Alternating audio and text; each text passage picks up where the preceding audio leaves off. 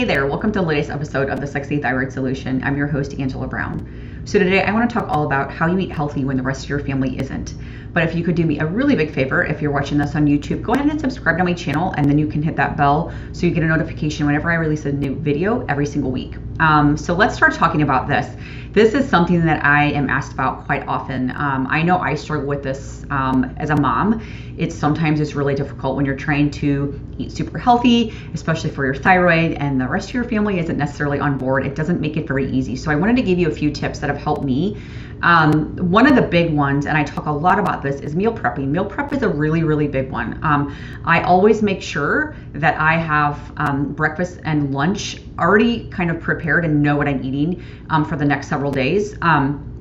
But dinner, I already know exactly what I'm going to be making for dinner ahead. The other note with that can really help you is, for example, if there was something that I was making that not necessarily everyone in the family really liked all the ingredients in it or really liked everything in it, like a chicken dish or something, I would go ahead and make the chicken, pull some chicken out for anyone in the family who didn't necessarily like the dish.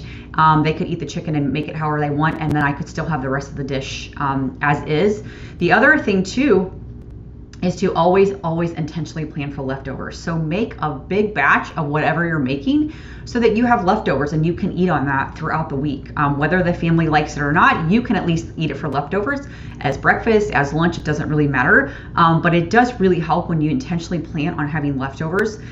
The other thing that you can also do is compromising foods. So the good news is that there's a lot of new products out there and things like that you can replace. For example, like tortillas, even like chips. Siete is one of my favorite brands for things like that.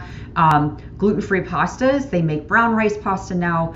Chickpea pasta, those are my favorite ones. You can find a lot of those at almost all grocery stores now. There's somewhere that you can find locally for you, or again, you can always order online. You can get it shipped to you as well.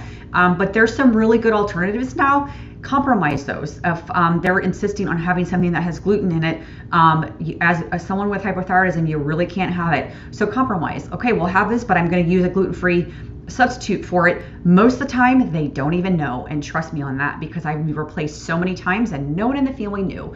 So that's another way that you can do it.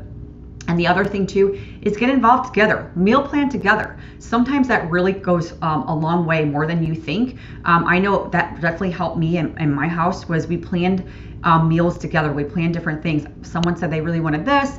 Okay, how can I make this work so that we can all have this? And you start substituting things out for products that you can actually have. If you're going to be the one making it all, there should be some compromise there, and that's exactly how I felt, and that's how I think you should do it too. It really does go a long way, like I said, if you can kind of plan things together and compromise. So I hope these tips help you. If you have questions with this, definitely reach out and let me know, and I will see you in the next video. Bye.